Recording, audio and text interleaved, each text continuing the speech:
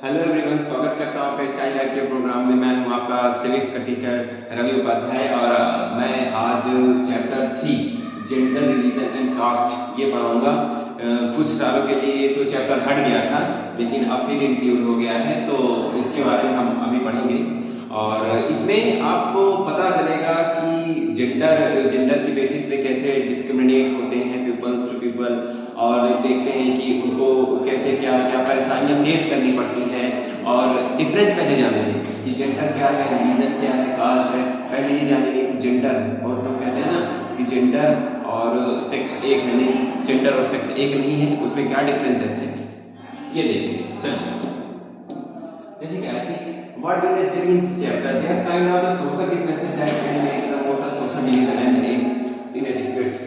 ठीक है, तो इसमें कहने का सेंस है कि अगर हम सोशल में देखते हैं, सोशल डिफरेंसेस बहुत हो जाते हैं। ठीक है, अब हम अगर अपने ग्रास रूट लेवल पे देखते हैं, अपने गांव में देखते हैं, यहाँ तक कि अपने घर में देखते हैं, तो सोशल डिफरेंसेस होते रहते हैं। जैसे कि किसी को देखते हैं उसकी जेंडर के बेसिस पे होते रहते हैं, किसी को रिलीजन के बेसिस पे होते रहते हैं, ठीक है, किसी को कास्ट के बेसिस पे होते रहते हैं, तो वो सोशल डिस्क्रिमिनेशन होते रहते हैं। ठीक है, these are the social differences based on the gender, religion and caste. जैसे कि मैंने आपको बताया कि किसी को डिस्क्रिमिनेट वो करते रहते हैं, तो किसके base on the basis of gender, religion, cast.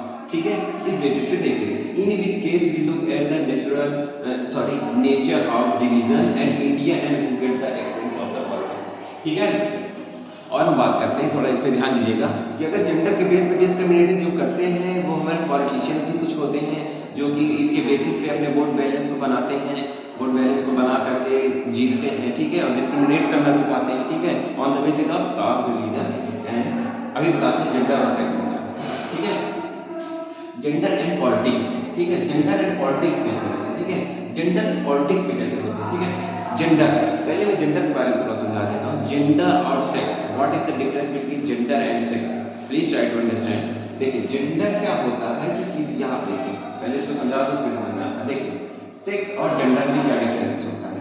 Sex जो होता है वो बायोलॉजिकल होता है। बायोलॉजिकल मतलब जब बच्चे पैदा होते हैं, ठीक है, फिर उसके बेसिस पे देखते हैं कौन सा सेक्स है, मेल है या फीमेल है। ठीक है, उसके बेसिस पे होता है सेक्स, यानी बायोलॉजिकल, जैसे वो पैदा होते हैं तो उसके बेसिस पे देखते हैं कि मेल है या फीमेल है, ये देखिए। ठीक है, सभी कैरेक्टरिस्टिक लिखी हुई है। दिस जेंडर इज कल्चरली, ठीक है, डिफाइंड। और जेंडर जो होता है वो कल्चरली डिफाइंड होता है। कल्चर का कहने का मतलब है जैसे उसके कैरेक्टर होते हैं कि किस इन्वायरमेंट वो पल रहा है, किस इन्वायरमेंट वो फेस कर रहा है, उसका कैरेक्टर कैसा है। ठीक है, on the basis of characteristic हम लोग देखते हैं कि वो क्या है, जेंडर, उसको जेंडर कहते हैं। और जो सेक्स होता है, समझने की कोशिश करिएगा, सेक्स होता है बायोलॉजिकल होता है, और जो जेंडर होता है वो कल्चरली होता है, कल्चरली। ठीक, कल्चरली, ठीक है, डिफाइन होता है। और जो देखिए यहाँ पे दिया गया है, देखिए यहाँ पे दिया गया है, देखिए जब बच्चा पैदा होता है, ठीक है, जब बच्चा पैदा होता है तो उस पर डिसाइड करते हैं, ठीक है, बायोलॉजिकल, ठीक है, बायोलॉजिकल है तो उस पर डिफाइन करते हैं कौन सा सेक्स है।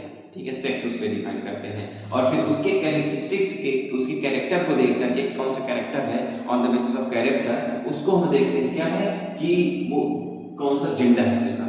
ठीक है, ये समझ लेंगे। पूरा उसी तरह लिखा हुआ क्रोमोसोम्स होते हैं, रिप्रोडक्टिव ऑर्गन्स एंड जेनेटिया। ठीक है, ये उसके पार्ट हैं। ठीक है, रिप्रोडक्टिव जो बच्चे पैदा होते हैं, ठीक है, उसमें भी क्रोमोसोम्स होते हैं। ठीक है, तो ये क्या होता है, सेक्स के बारे में बताया जाता है। और जेंडर के बारे में क्या है, देखिए, रोल एंड रिस्पॉन्सिबिलिटीज, वो क्या है, उसका रोल्स क्या है, उसकी रिस्पॉन्सिबिलिटीज क्या है, एट्रीब्यूट क्या है, ठीक है, एंटाइटलमेंट। ठीक है, उसके बेसिस पे क्या करते हैं, हम डिसाइड करते हैं कि जेंडर है कि सेक्स है। आपको ये समझ में आया। ठीक है, चलिए आगे बढ़ते हैं। कोई अगर डाउट हो तो कमेंट सेक्शन में जरूर बताइएगा। ठीक है, हम जरूर उसका सलूशन देंगे। ठीक है, सॉरी, ठीक है, चलिए आगे बढ़ते हैं।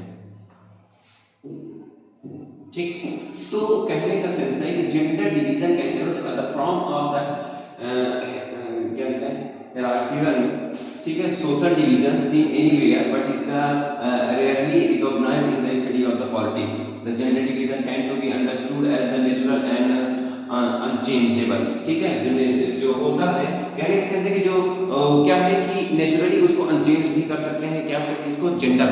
ठीक है, जेंडर को क्या होता है, क्योंकि अगर मान लीजिए कोई अगर लड़का पैदा हुआ, ठीक है।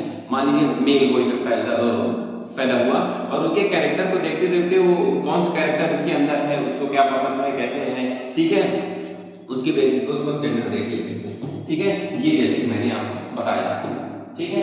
अब देखते हैं public private division. Boys and girls are the brought up to believe that the main responsibility of women is housework and the bringing up children, ठीक है। अगर हम देखते हैं अपने घरों में, ठीक है, अब देखिए यहाँ पे कैसे हम डिस्क्रिमिनेट करते हैं, कैसे हम किसी को देखते हैं मेल है फीमेल है, उसके बेसिस पे हम अगर डिस्क्रिमिनेट करते हैं तो कैसे देखते हैं कि अगर हम अपने घर की ही बात कर लें, ठीक है, ज़्यादा दूर जाने की बात नहीं है, अगर हम घर के देखते हैं तो घर में क्या होता है, जो हमारे मम्मी लोग हैं, ठीक है, जो हमारे हैं वुमेन घर की, ठीक है, तो वो लोग क्या करते हैं, वो कोई कार्य करती हैं तो क्या करते हैं, तो उनको यही देखा जाता है कि घर का कोई कार्य है, खाना बनाने वाला कार्य हो या सफाई वाला कार्य हो, कुछ भी वर्क हो, तो वो डिपेंड करता है औरतों पे डिपेंड करता है। क्यों? क्योंकि कहीं लिखा हुआ है नहीं, ऐसी हायरार्किकल माइंड बना दी गई है, माइंड में पैट्रियार्कल सोसाइटी जो थी उसने बना दी, ठीक है। This related to the sexual division of the labour is most of the families women do all work inside in the home as the cooking, cleaning, washing clothes, decorating। और अगर हम बात करते हैं कि अगर देखिए किसी भी चीज की बात आती है, ठीक है, चाहे वो कुकिंग की बात आए, आपको अगर हम कहें कुकिंग की बात आए तो आपके माइंड में खुद ही, ठीक है, हम अपनी भी बात कर रहे हैं, आप देख रहे हैं वीडियो, आप भी अगर कुकिंग की बात करते हैं तो आपको याद आता होगा कि हाँ कोई वुमेन या कोई गर्ल्स क्या खाना बना रही है। क्लीनिंग, अगर कोई सफाई करने की बात आ रही है तो उसकी बात आती है वुमेन। तो इस चीज पे जो लिखा हुआ क्लोथ्स, ठीक है, ये सब लिखा हुआ है, इसके बेसिस पे हम अगर देखते हैं तो यहाँ पे क्या होता है कि यही देखते हैं कि अगर ऐसा कुछ होता है तो तुरंत हमारे इमेज बन जाते हैं कि वुमेन यही कार्य कर सकते हैं। It is not that mean can not do the house work, they simply think that is the for women attend these the things. फिर अगर हम ये भी देखते हैं कि होमवर्क जो घर का कार्य होता है उसमें वुमेन पार्टिसिपेशन करती हैं, बट मैन जो होते हैं उनका पार्टिसिपेशन नहीं किया जाता, ठीक है। ऐसा माइंड बना दिया कि औरतें जो रहेंगी घर में रहेंगी, घर का काम काज करेंगी और वो बाहर नहीं जा सकती, ठीक है, लेकिन मैन क्या करेंगे, वो बाहर जाएंगे कमाएंगे, ठीक। इतना समझ में आया कि नहीं? ठीक, आगे बढ़ते हैं। सेक्सुअल डिवीजन ऑफ लेबर, ठीक है, अगर हम सेक्सुअल डिवीजन करते हैं, सेक्सुअल मतलब कि वही मेल एंड फीमेल, ठीक है, सेक्सुअल डिवीजन कर देते हैं कि अगर कोई घर का कार्य है तो उसको वुमेन ही करेगी, चाहे वो सफाई का हो चाहे किसी भी चीज का हो। अगर मान लीजिए कहीं भी अगर लिबरल थॉट के लोग हैं, नए विचार के लोग हैं, अगर मान लीजिए औरतें बाहर काम करती भी हैं, अगर बाहर जा करके, तो उसमें क्या होता है कि घर का भी काम भी उनको ही करना पड़ता है, चाहे बाहर का काम हो चाहे घर का काम हो, उनको ही करना पड़ता है, ठीक। जैसे देखिए इस पिक्चर से समझाया गया है कि घर का काम देखिए सब खाना बनाने का वही काम करती हैं, ठीक है, क्लीनिंग का काम उनका ही होता है, ठीक है, बर्तन धुलने का काम ही उनका होता है, ठीक है, कपड़ा प्रेस करने का, वॉशरूम से कपड़ा धुलने का, ठीक है, बच्चों को देखने का, बच्चों हर काम हम क्या करते हैं कि हमने ये मान लिया है, अपने माइंड में बना लिया है, ये कार्य किसके लिए है, वुमेन के लिए, ठीक है। तो यही कहते हैं कि अगर system in which all work inside the home either done by the women and the family or the organized by them through the domestic helper, ठीक है, हम उनको क्या कहते हैं, डोमेस्टिक हेल्पर है, ठीक है। डोमेस्टिक हेल्पर मतलब जो घर का कार्य होता है वो वुमेन ही कर सकती है और उसके अलावा कोई और नहीं कर सकता है। इतना आपको समझ में आया? चलिए आगे बढ़ते हैं, ठीक है। फिर क्या दिया गया है, फिर दिया गया है work women do the outside in the house hold, ठीक है। अगर हम विलेजेस की बात करते हैं, अगर देखिए विलेजेस में क्या होता है कि लोग क्या होते हैं कि बहुत कंजर्वेटिव टाइप के होते हैं, क्या होता है कि वुमेन को बाहर नहीं जाने देते किसी काम में, केवल उनको यही सोचा जाता है कि औरतें अगर हुई हैं, अगर लेडीज हुई हैं, अगर लेडीज है घर में तो केवल घर का चूल्हा चौका ही करेंगी, अदर कोई वर्क नहीं कर सकती, ठीक है। विलेजेस में ज़्यादा देखते हैं पर मोस्टली अर्बन में भी ये सब पाया जाता है। तो यही भी देखिए मतलब कि in villages women fetch the water, collect fuel and work in the field, ठीक है। तो उसमें क्या करते हैं कि बहुत रेयर केस में होता है कि उनको फील्ड में वर्क करने दिया जाता है। In the urban area poor women work as the domestic helper in the middle class homes with the middle class women work in the office, ठीक है। मिडिल क्लास वुमेन अगर अर्बन की बात करते हैं तो वो लोग क्या करते हैं, अब देखिए कोई भी कार्य होता है, ठीक है। अगर मान लीजिए किसी के घर में है, तो अगर अर्बन एरिया में रहते हैं तो मान लीजिए वहाँ की वुमेन क्या करती हैं, जॉब करती हैं। अगर जॉब करती हैं तो एक हेल्पर को क्या करेंगी, जो कार्य करने वाली घर की रहेंगी वो वुमेन को ही लेती है, क्योंकि क्या करते हैं, उनको उनके मन में बन गया कि ये कार्य वुमेन ही कर सकती है। ठीक है, ऐसी हायरार्की में डेवलप होती है। तो ऐसे जो मिडिल क्लास की वुमेन्स होती हैं अर्बन एरिया में, in fact the majority of the women do some sort of paid work for the additional domestic work. ठीक है, और इसलिए क्या, और देखिए अगर कोई भी वर्ग कार्य करती है वो, तो उसके अंदर पे क्या करते हैं, उनको वेजेस भी कम दिए जाते हैं। ठीक है, कंपेरिजन टू मेन। ठीक है, ऐसे माइंड बनाया जाता है कि वुमेन जो होती हैं वो वर्क थोड़ा सा कम करती हैं कंपेरिजन टू मेन, तो उसके बेसिस पे क्या किया जाता है, उनको वेजेस भी कम दिया जाता है। But there the work is not the value and does not get the recognise. और हम अगर देखते हैं कि कोई भी औरत अगर घर में होती है, जो हमारी मम्मी होती हैं, जो हमारे कोई भी होते हैं, वो लोग अगर कार्य करते हैं घर में, तो आप क्या कहते हैं कि आप ठीक है आज खाना बनाया तो ये लीजिए 500 रुपये मैं आपको देता हूँ, आपने टिफिन पैक किया तो ये लीजिए 500 रुपये देता हूँ। नहीं, उसकी कोई वैल्यू नहीं करता। क्यों वैल्यू नहीं करते? देखिए वैल्यू करना चाहिए, ठीक है, क्योंकि वही कार्य अगर बाहर आप जाके करते हैं तो आपको पैसे मिलते हैं। ठीक है, मैं यही नहीं कहता कि आपको पैसे ही देंगे। ठीक है, try to understand my word, I am not saying, ठीक है, कि क्या करना है कि पैसे ही देना है, उनके कार्य को आप समझिए। ठीक है, अगर मान लीजिए आप स्कूल जाते हैं तो मान लीजिए मम्मी ने टिफिन नहीं बनाया, तो मम्मी आप गुस्सा हो गए। क्यों? मम्मी से ही क्यों गुस्सा हो गए? पापा से भी गुस्सा हो सकते हैं। ठीक है, पापा भी टिफिन बना सकते थे, नहीं, लेकिन ऐसे माइंड में हो गया कि खाना कौन बनाएगा, मम्मी ही बनाएंगी, और उनके कार्य को कोई रिकॉग्नाइजेशन नहीं दिया जाता। ठीक है, यही वर्क होता है। ठीक है, Men simply believe that the housework should be performed by the women only। ठीक है, और ये वुमेन ये क्या करता है कि हाउस वर्क कौन करेगा, वो क्या करेगा, वुमेन ही करेगी। Man are ready to make up the household work only then they are the paid for it. ठीक है, और जो क्या होता है कि जो मैन होते हैं वो पैसे क्या करते हैं, हाँ पैसे कमाते हैं, वो पेड करते हैं। अब देखिए इससे क्या होता है, इसका रीजन क्या होता है। अगर हम देखते हैं वुमेन को ऐसे रिकॉग्नाइज करते हैं, ऐसे काम करते हैं, उनको वेजेस भी कम दिए जाते हैं, तो इसका और क्या होता है, result of the division of labour. All those women constitute half of the humanity, their role of the public life specifically politics and minimals. ठीक है, मोस्ट ऑफ द सोसाइटीज। ठीक है, अगर देखते हैं कि अगर बहुत से औरतें क्या होती हैं, ये सब यही लिखा हुआ है। ठीक है, इसको आप पढ़ लीजिएगा, थोड़ा समझने की कोशिश करिएगा जो मैं बता रहा हूँ। ठीक है, इस पर ध्यान दीजिएगा। नोट्स के लिए तो याद के लिए अवेलेबल है, लेकिन क्या है कि शब्दों को मेरे ज़्यादा ध्यान दीजिएगा। देखिए यहाँ कहने का मतलब ये है कि अगर वुमेन क्या होते हैं, अगर हम फ्रेंच रिवॉल्यूशन की बात कर ले, क्लास 9 की भी है, क्लास 9 की हिस्ट्री की बुक में है, तो वहाँ पे क्या किया था, वुमेन ने खुद क्या किया था, अपने वोटिंग राइट के लिए क्या किया, रिवोल्ट किया था। ठीक है, तो कहने का सेंस है कि वोटिंग राइट के लिए मैन ने क्यों रिवॉल्ट नहीं किया, वुमेन ने क्यों किया, क्योंकि वुमेन को ऐसा रिकॉग्निशन दिया जाता था कि जो वर्क है ये केवल घर के कार्य के लिए बनी है, ये पॉलिटिक्स में इंटरवेंशन नहीं कर सकती, उसमें पार्टिसिपेशन नहीं कर सकती हैं। तो उसके बेसिस पे क्या किया गया था, पॉलिटिकल राइट नहीं दिया गया था। ये the only man where the allowed to participate in public affairs. ठीक है, केवल आदमी को ही, यानी कि मैन को ही ये दिया गया था, अलाउ किया गया था कि वही पार्टिसिपेशन कर सकते हैं। किस पे? पब्लिक अफेयर्स पे, यानी पब्लिक वर्क पे केवल मैन ही क्या करते हैं, अलाउ किया गया था उनको।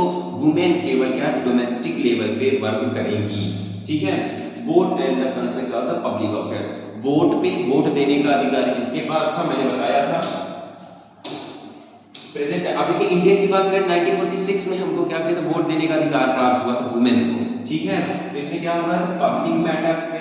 ठीक है, इस पे देखते हैं, इस पे केवल क्या था, पार्टिसिपेटेड इन पब्लिक अफेयर्स। कौन जो पार्टिसिपेट करते थे, मैन को ही अलाउ किया जाता था, वोट के लिए भी मैन को ही अलाउ किया जाता था। Gradually the gender issues was the rise in the politics, और जेंडर इश्यूज हम देखते हैं वो भी राइज होता है।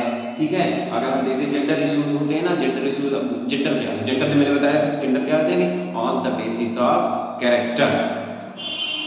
ठीक है, कैरेक्टर के बेसिस पे हम क्या करते हैं, डिसाइड करते हैं कि इसका जेंडर क्या है, ये मेल जेंडर है, फीमेल है, ये ट्रांसजेंडर है। ठीक है, इसके बेसिस पे हम देखते हैं। ठीक है, women in the different part of the world organised and agitated on the equal right, agitated of equal right. तो क्या कहने का सेंस है कि जो वुमेन होता है different part of the world, अगर हम ये समझने की कोशिश करें वो जो वुमेन है वो एक देखा जाए डिफरेंट पार्ट हमारे वर्ल्ड का, अगर हम वुमेन अगर ना हो तो मैन कैसे होगा, आप लोग समझते होंगे, ठीक है। अगर वुमेन ना हो तो मैन कैसे पैदा होगा, ठीक है। अगर उन्हीं को खत्म कर दे, आप मान लीजिए आप फल की अपेक्षा करते हैं, किसी पेड़ से आप फल की अपेक्षा करते हैं, तो आप ये भी सोच लीजिए कि पेड़ को क्या करना होगा कि हमें उसको पानी देना होगा, उसकी देख रेख करनी होगी, उसको ज़्यादा वैल्यू देना होगा अकॉर्डिंग टू फ्रूट्स, ठीक है।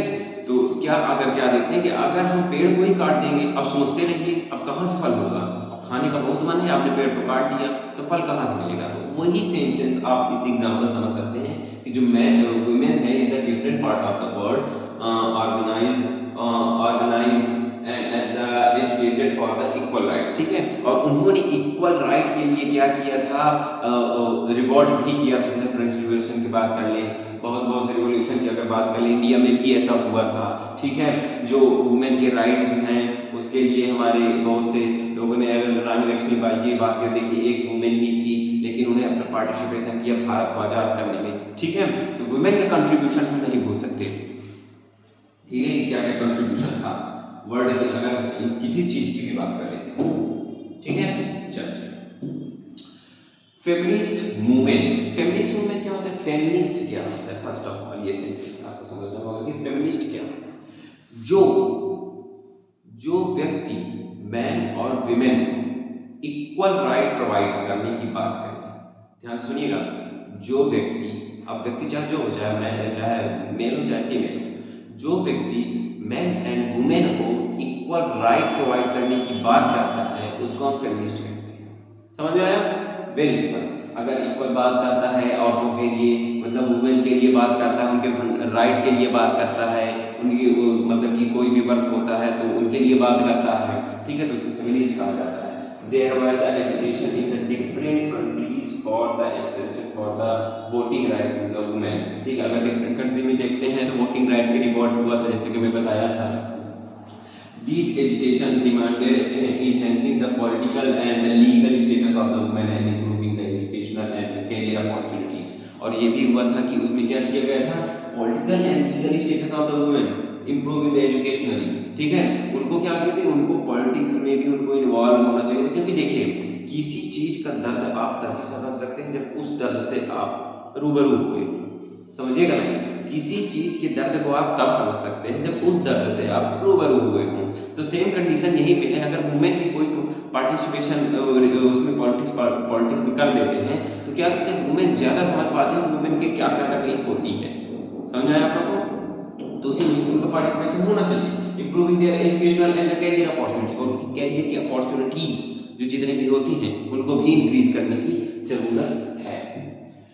अब देखिए, more radical movements aim and equality, ठीक है, personal and family life of the girl, ठीक है। तो अगर हम देखते हैं जो रेडिकल, ठीक है, रेडिकल थॉट वाले लोग होते हैं, वुमेन्स की बात करते हैं, उसमें वुमेन्स का रिप्रेजेंटेशन होना चाहिए, इसकी बात करते हैं, और वुमेन का वर्क क्या है ये भी बात करते हैं। These movements are called the feminist movement. Feminist movement मतलब जो लोग, आप ये समझिएगा कि जो लोग औरतों की बात करते हैं, वुमेन की राइट की बात करते हैं, पॉलिटिक्स में उनके इंटरवेंशन की, रिप्रेजेंटेशन की बात करते हैं, उनके अच्छे के लिए बात करते हैं, उनमें जो तकलीफ हो रही है उसके लिए बात करते हैं, तो उसको फेमिनिस्ट कहा जाता है। और फेमिनिस्ट मूवमेंट ये हुआ था, फेमिनिस्ट मूवमेंट का एक सेंस है, उन्होंने राइट की बात की थी, वुमेन्स की राइट की बात की थी, ठीक है। उनको वोटिंग के राइट नहीं देते, राइट, देखिए वोटिंग राइट भी फंडामेंटल राइट है, क्योंकि डेमोक्रेसी कंट्री में इक्वल राइट है सबके पास, फंडामेंटल राइट है कि वोट देने का अधिकार है सबके पास। तो अगर वुमेन को क्यों हटाया जाए, उनको वुमेन को क्यों निगलेक्ट कर दिया जाए, वुमेन को निगलेक्ट नहीं कर सकते, क्योंकि पहले ही बताया different part of the world, ठीक है। वी आर वुमेन, देखिए ये लोग क्या कहते हैं, वी आर वुमेन, ठीक है। फेमिनिस्ट के बारे में समझ लेते हैं थोड़ा सा, ये एनसीईआरटी में ही दिया हुआ है लेकिन थोड़ा सा एक्स्ट्रा आपको समझा दे रहे हैं। A human beings who believe in the equal right and the opportunity for women and the men। मैंने क्या बताया था, अगर देखिए कोई व्यक्ति है, अगर वो इक्वल राइट की बात कर रहा है, अपॉर्चुनिटी की बात कर, इक्वल राइट एंड अपॉर्चुनिटी की बात कर रहा है तो उसको हम क्या कहेंगे, इक्वल राइट। देखिए इक्वल राइट एंड अपॉर्चुनिटीज कि इसकी बात करता है, किसके, वुमेन के एंड मैन के। समझ में आ रहा है कि नहीं, वुमेन के और मैन के राइट, इक्वल राइट की बात करता है, उसको फेमिनिस्ट कहते हैं। इतना समझ में आया कि नहीं? ठीक है।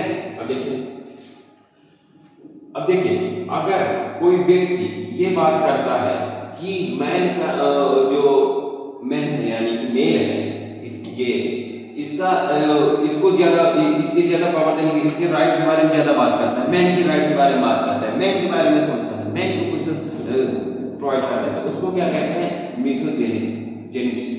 ठीक है, मिसोजेनिस्ट, उसको क्या बोलते हैं, मिसोजिनिस्ट। ठीक है, मिसोजिनिस्ट। ठीक है। और फिर अगर कोई व्यक्ति केवल वुमेन के बारे में बात करता है, किसकी बात करता है कि वुमेन के पास राइट ज्यादा होना चाहिए कंपैरिजन टू मैन, और उसके पास उनको रिप्रेजेंटेशन भी ज्यादा देनी चाहिए कंपैरिजन टू मैन, तो उसको क्या कहते हैं, मिसएंड्रिस्ट। क्या बोलते हैं, मिसएंड्रिस्ट। उसको क्या बोलते हैं, मिसएंड्रिस्ट। देख लीजिए आप, इसको मिसोजिनिस्ट, इसको फिर क्या बोलते हैं। अब देखिए ये सेम यही है, समझ जाइएगा, इक्वल रिप्रेजेंटेशन।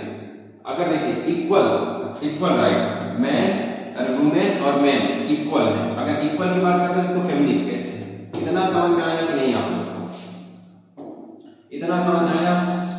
ठीक है, चलिए आगे बढ़ते हैं, फिर से एक बार समझा दूंगा आप लोगों को।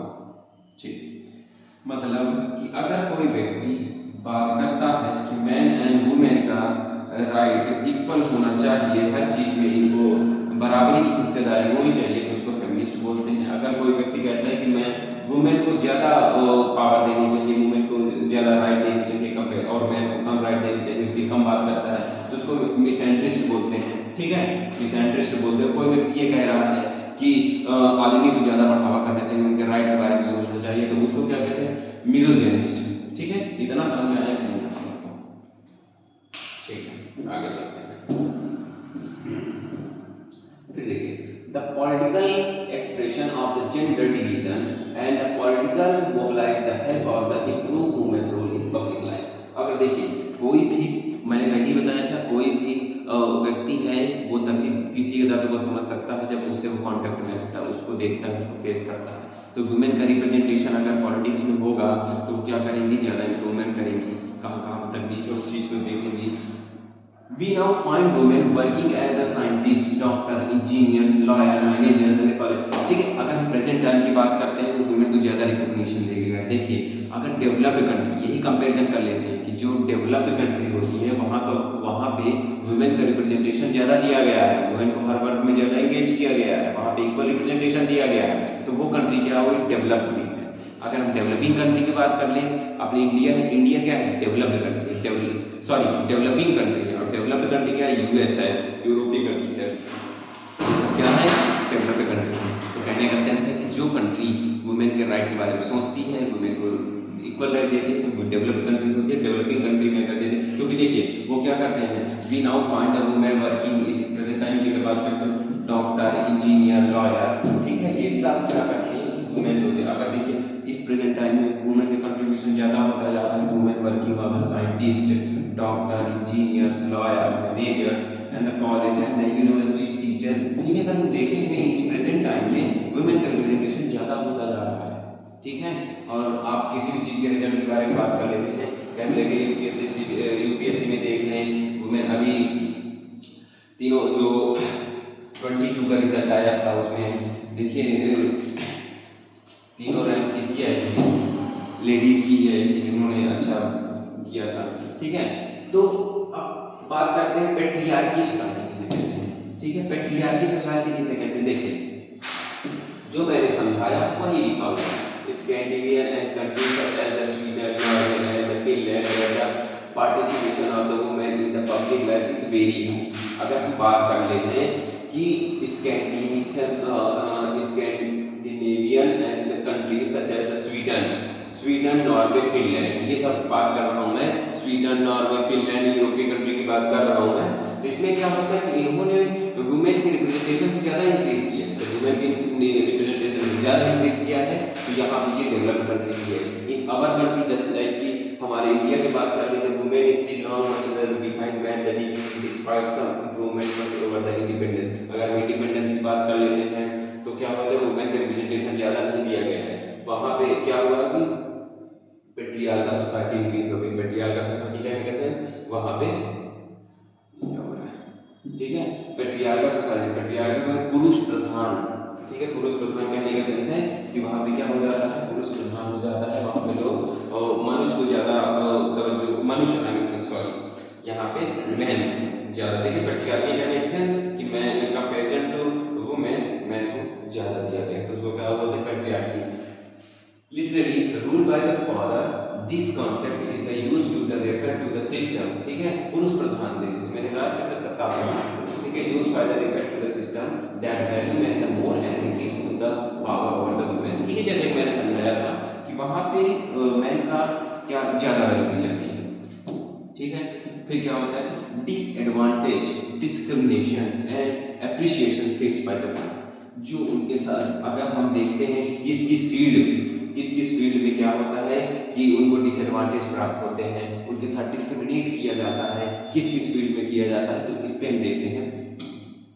First of all I would say education. अगर हम एजुकेशन के फील्ड की बात करते हैं, छोटी सी बात करते हैं एजुकेशन के फील्ड में, ये एजुकेशन के फील्ड में वुमेन का रिप्रेजेंटेशन कैसा है। अगर हम वुमेन के रिप्रेजेंटेशन एजुकेशन में बात करते हैं, किस फील्ड में उनका रिप्रेजेंटेशन ज़्यादा है, किस चीज़ में नहीं है, उसी के बारे में बताते हैं। The literacy rate among the women is only 54%। अगर हम देखते हैं कि 100 में से, इसको समझिएगा, 100 में से कितनी, ठीक है, कंपैरिजन टू अगर देखें 100% में केवल वुमेन कितनी 54% पढ़ी लिखी है। 100 में से 54% वुमेन पढ़ी लिखी है compare to the 76% among the man, और मैन जो है 100% में से केवल 76% पढ़े लिखे हुए हैं। समझ में आया आपको, ये हुआ। देखिए लिटरेसी, देखिए कितना डिस्पैरिटी दिखा रही है, कितना डिस्क्रिमिनेट कर रही है, ठीक है, कितना इसमें डिसएडवांटेज है, देखिए कितना, ठीक है, 76% है, 54% है, दिख रहा है नहीं। और फेमिनिस्ट लोग क्या कहते हैं कि इनको इक्वल होना चाहिए। Similarly the smaller proportion of the girl student for higher education। अगर मान लीजिए कहीं कहीं एरिया में क्या होता है कि अगर वुमेन को पढ़ाने के लिए उनको इंक्रेज भी किया जाता है, एडमिशन कराया भी जाता है, तो बहुत कम रेयर में क्या होता है, उनको क्या कहते हैं, हायर एजुकेशन प्रोवाइड किया जाता है, ठीक है, comparison to man. When we look at the school result, girls performance well as the boys is not better in some places, ठीक है। और इसी में क्या होता है कि कुछ प्लेसेस पे वो अच्छा प्रदर्शन कर रही होती तभी उनको, और मैन से अच्छा भी कर रही होती तो उनको हटा दिया जाता है, ठीक है। और क्या लिखा है, but the drop out of the because the parents pressure spend their the source of their boys education rather than the spending equally of the sons of the daughters. अगर देखते हैं कि उनको क्या करता है कि अगर वो दोनों अगर बॉयज और गर्ल्स दोनों पढ़ रहे हैं तो गर्ल्स को क्या करते हैं, ड्रॉप आउट करा दिया जाता है, उनको छोड़वा दिया जाता है, क्योंकि आपको शादी करना है, दूसरे के घर बनाना है। ये मेरे गांव में भी ऐसे लोग के सोच के अभी भी आदमी हैं, ठीक है, क्योंकि जो वुमेन है उनको ज़्यादा पढ़ाया नहीं जा रहा है कंपेयर टू मैन, उनको ड्रॉप आउट करा दिया जाता है। एक पॉइंट और बताना चाहूँगा जो कि एनसीईआरटी में नहीं लिखा हुआ है, पीरियड्स। जो वुमेन्स की पीरियड होती है, ठीक है, अगर जो वुमेन्स पीरियड आ जाता है, ठीक है, तो उस टाइम में भी उनको ड्रॉप आउट करा दिया जाता है, ठीक है। कभी कभी तो वुमेन खुद ही कर लेती हैं और उनका घर वाले भी उनको ड्रॉप आउट करा देते हैं। क्यों? क्योंकि अच्छी फैसिलिटी स्कूल में प्रोवाइड नहीं हो पाती है, ठीक है। अगर बाथरूम टॉयलेट्स की बात कर ले तो वो अच्छी नहीं प्रोवाइड हो पाती है, जिसके कंपेरिजन में उनको ड्रॉप आउट करना पड़ता है। ना समझ में आया? चलिए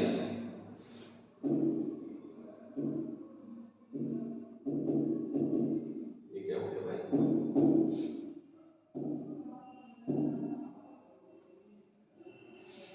तो समझ में आया कि नहीं आप लोग को? ठीक है, तो यहाँ एजुकेशन तक पढ़ा दिया है हम, तो कुछ टेक्निकल इशू आ रहा है, तो इसके लिए आई एम रियली सॉरी। लेकिन हम इसके आगे जो और पॉइंट हैं, 2 पॉइंट और हैं, तो उसके आगे हम कल से पढ़ना स्टार्ट करेंगे। तो इसके लिए हम सॉरी बोलते हैं, और आप इस वीडियो को देखिएगा, जो गलती होगी उसको बताइएगा, और जो आपको डाउट अगर रहा हो तो कमेंट सेक्शन में छोड़ दीजिएगा, हम आपको ज़रूर उसका रिप्लाई करेंगे। और अगर और हाँ, लाइक और सब्सक्राइब जरूर करिएगा, ठीक है, ठीक है, ठीक है। चलिए फिर कल मिलते हैं, और इसी के आगे से हम स्टार्ट करेंगे। टेक्निकल इशू कुछ आ रही है, ठीक है, इसी के आगे से हम कल स्टार्ट करते हैं। तो तब तक के लिए थैंक यू एंड जय हिंद।